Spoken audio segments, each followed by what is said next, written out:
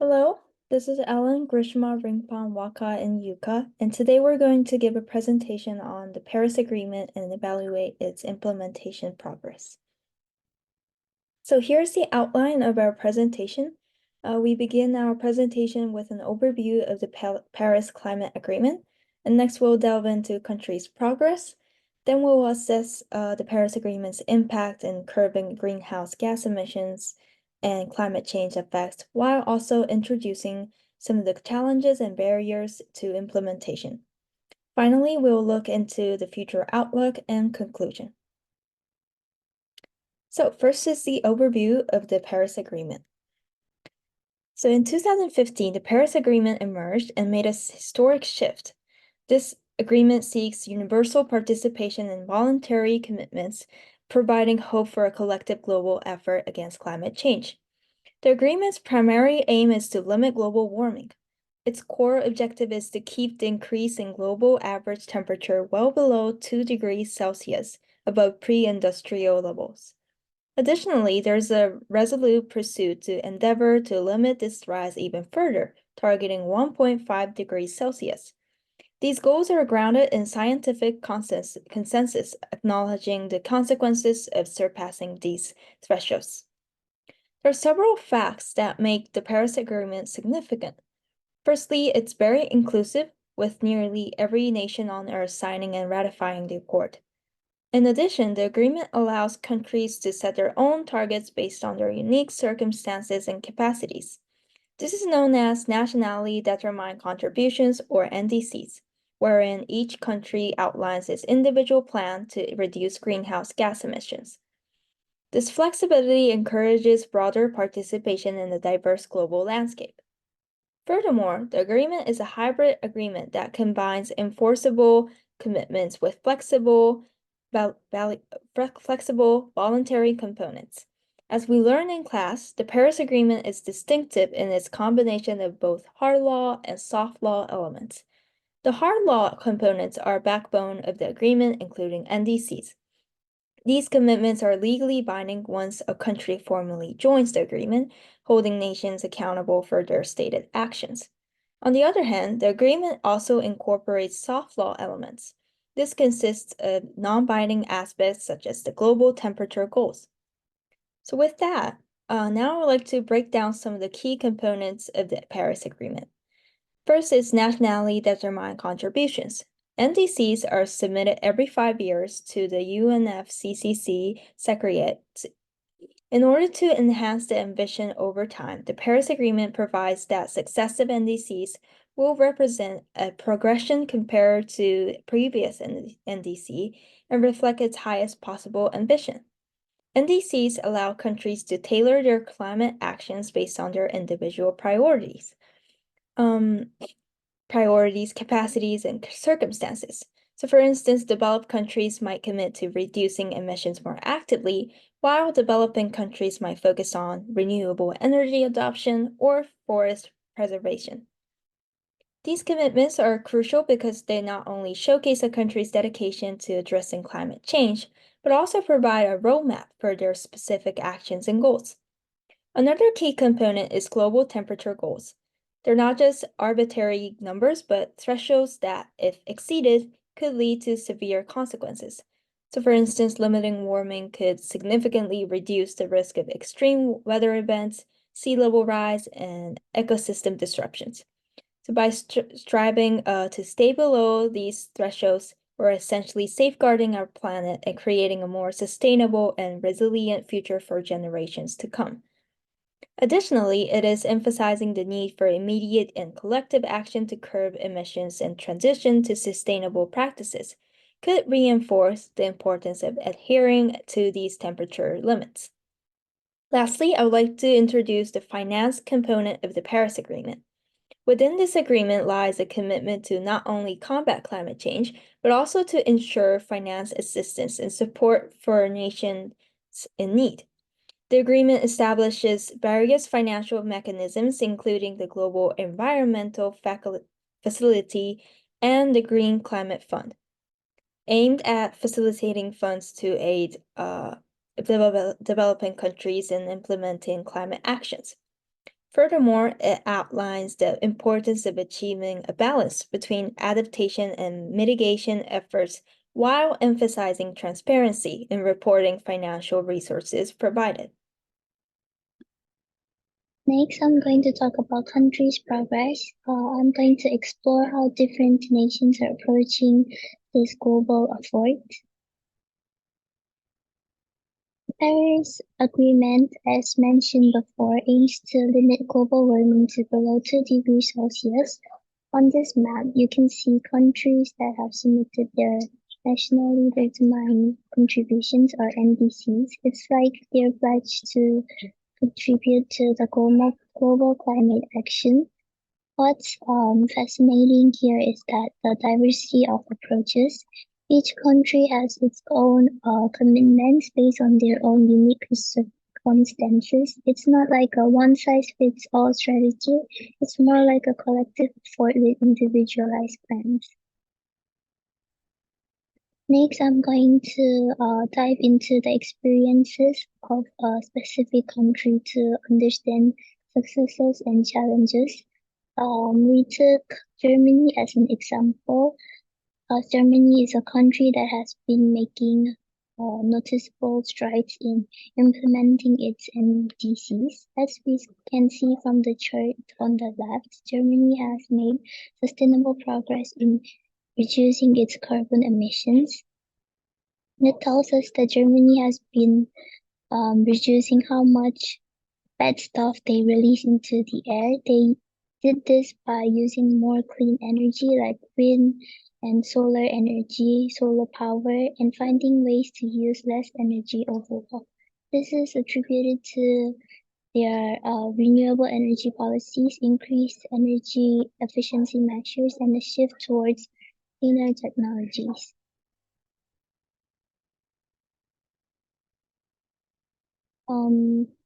They have been doing really well in cutting down their pollution and like cleaning up the air and using more eco-friendly energy sources. But even with this whole success, there's still some tricky problems they're dealing with. Germany, like many other nations, faces hurdles such as the economic cost of transition to renewable energy, the need of infrastructural changes, and addressing concerns of industry affected by these shifts. The first one is the economic cost. Moving to the cleaner energy can be expensive. It's like upgrading your bike to a new electric one. It costs more, but it's more better. It's for the environment. And the next is the infrastructure. It takes time and effort to set up new things like solar panels or build new roads for eco-friendly transport. And lastly, it's the industry concerns. Some businesses might worry how these changes can affect them. So while Germany was doing well in helping the planet, they're also figuring out how to balance these different sizes of these challenge paths. It's like solving a big puzzle and they're working hard to find the right pieces. These challenges underscore the complex nature of implementing NDCs. It's like a delicate balancing act between environmental goals and the practical realities countries face in the pursuit of sustainability. In conclusion, the country's progress in implementing the Paris Agreement is diverse and dynamic. We have seen success stories with recognized challenges, and it's about the collective journey forward. So in this part, I'm going to present about assessment and effectiveness of the Paris Agreement. So first of all, I'll talk about assessing impact. In this part, I'll point out two aspects of assessing impact. The first one is global emission trends. Despite the Paris Agreement, global greenhouse gas emissions have continued to rise, indicating the need for more significant efforts. The latest data shows global GHG CO2 emissions in 2020 2022 reached a record high of 53.8 gigatons due to the recovery of economic activity after the spread of coronavirus. The second part is temperature goals. Assessing progress toward the global temperature goal of the Paris Agreement reveals that this year the global average temperature was 1.5 degrees Celsius or more higher than it was in the pre-industrial era on about 1/3 of the days of the year. It's widely considered that staying below this level over the long term is critical to avoiding the most detrimental effects on climate change. So now I'm going to talk about effectiveness of policies. The first one is national determined contributions, so-called NDCs. So in terms of Japan NDC was decided in July 2015 and set a target to achieve a level of -26% of the 2013 level by 2030 by ensuring domestic greenhouse gas emission reduction and absorption. Japan then updated its target in light of the 2050 carbon neutral declaration in October 22. So Japan has expressed a determination to continue to take on the challenge of reaching the 50% level.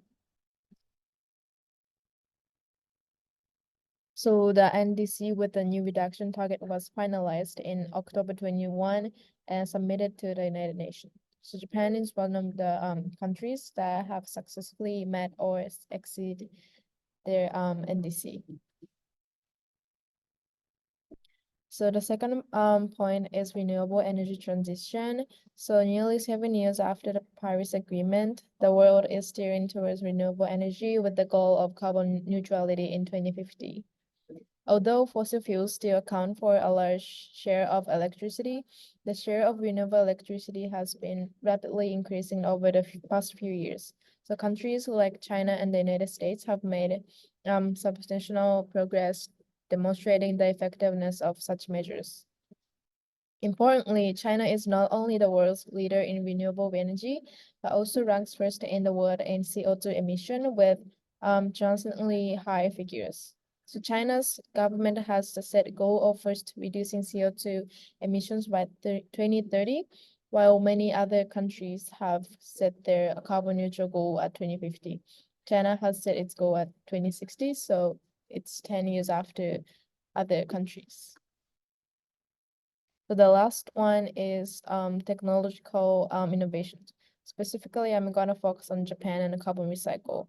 Carbon recycling refers to the process of capturing carbon dioxide, CO2, emission from various sources and reposing or storing them in a way that prevents their release into the atmosphere.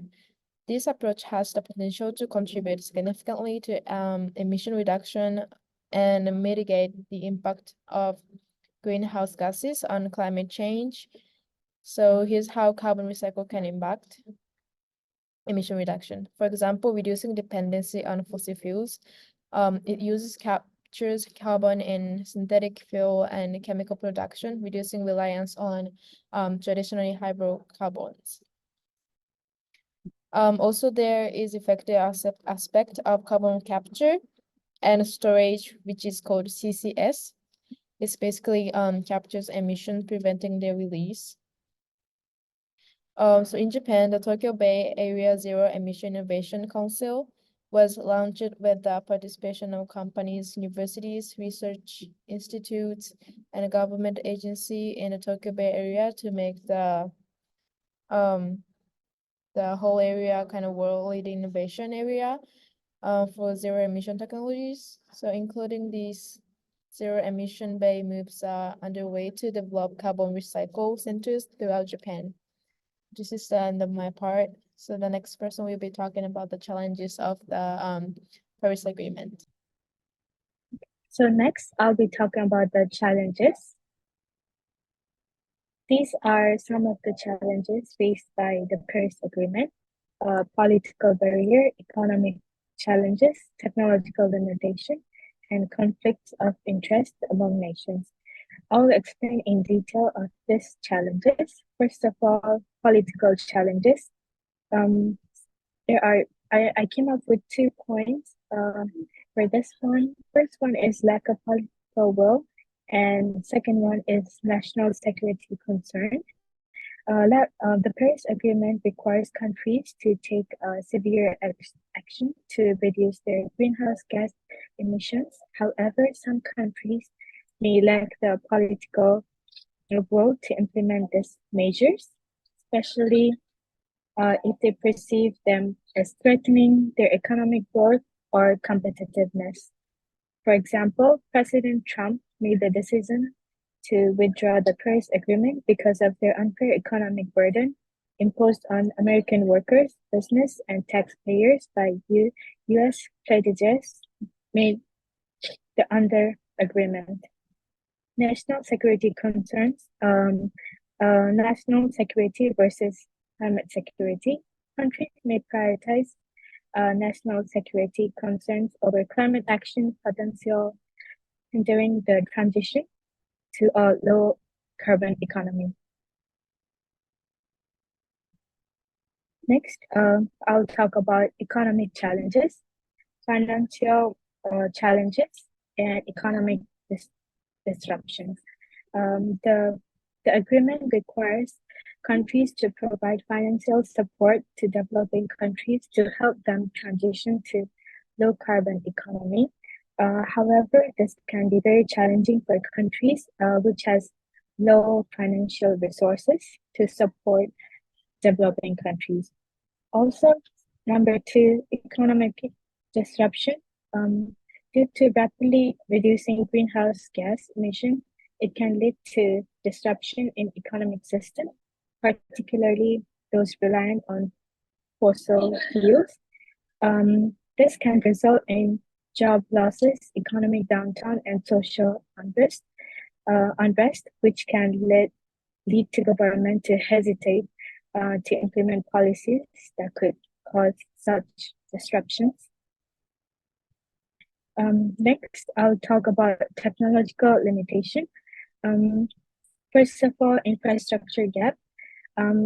Existing infrastructure such as transportation system and buildings may not be suitable for low carbon technologies. And even though if it's not suitable, it cannot be replaced very quickly because it is very costly and not all countries have a budget for sudden changes.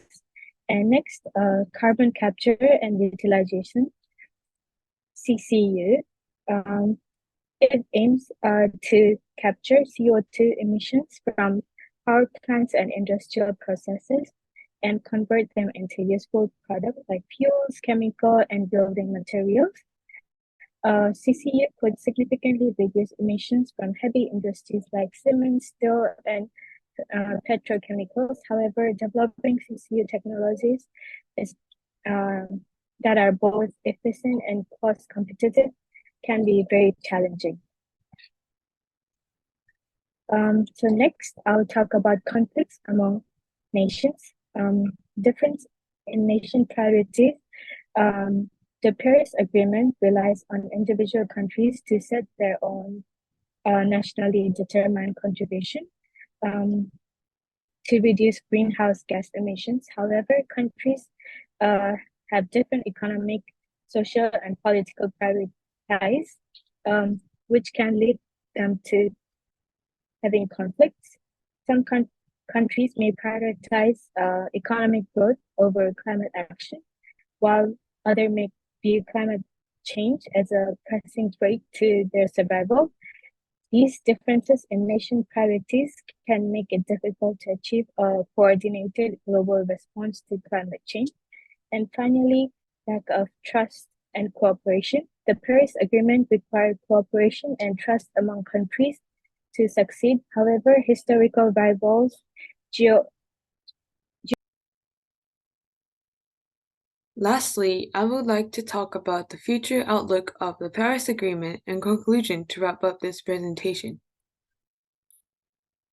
According to the Ministry of Foreign Affairs in Japan, 40 countries have declared to realize a decarbonized society by 2050. Also, China, Indonesia, Russia, and Saudi Arabia have stated that they will be decarbonized by 2060, and India by 2070. This means that by 2070, 1/4 of the countries in the world will be able to stop emitting greenhouse gases. Thus, people can focus on removing it to stop global warming. In order to accomplish this goal, there are small steps to take. First, by 2025, investment in clean energy should reach $4 trillion. It will create new jobs and trigger economic growth. Second, by 2030, more new technologies need to be introduced because half of the gas emission will be reduced by this technology. Third, by 2035, people need to stop using coal, oil, and gas. Thus, companies which run business thanks to those resources have to shift into different phases. Fourth, by 2040, electricity will play the main role in the energy system, so it is important to make it flexible in shape to produce energy. Lastly, by 2045, new energy technology that produce less carbon dioxide should be proposed. Transportations would depend mostly on electricity and biofuels. If the world successfully takes these steps, it is not impossible to accomplish a net zero CO2 society. There are some things we can do to contribute to this progress, since some amount of gas emissions also come from our daily life usage. First thing is ethical consumption. It is important not to buy too many products and recycle stuff instead of throwing them away. Moreover, citizens need to discuss how they can reduce gas emission so that they can have better ideas that matches with their religion. Second, people can receive correct information through education. The government offers students and teachers to obtain effective knowledge on how to decrease CO2. Even people who are not students or teachers can attend lectures that are given by collaboration with the school and the government. It is crucial for each of us to think about gas emission and continuously try to decrease them in order to make the world a cleaner and safer place. Here are the references, and thank you for listening.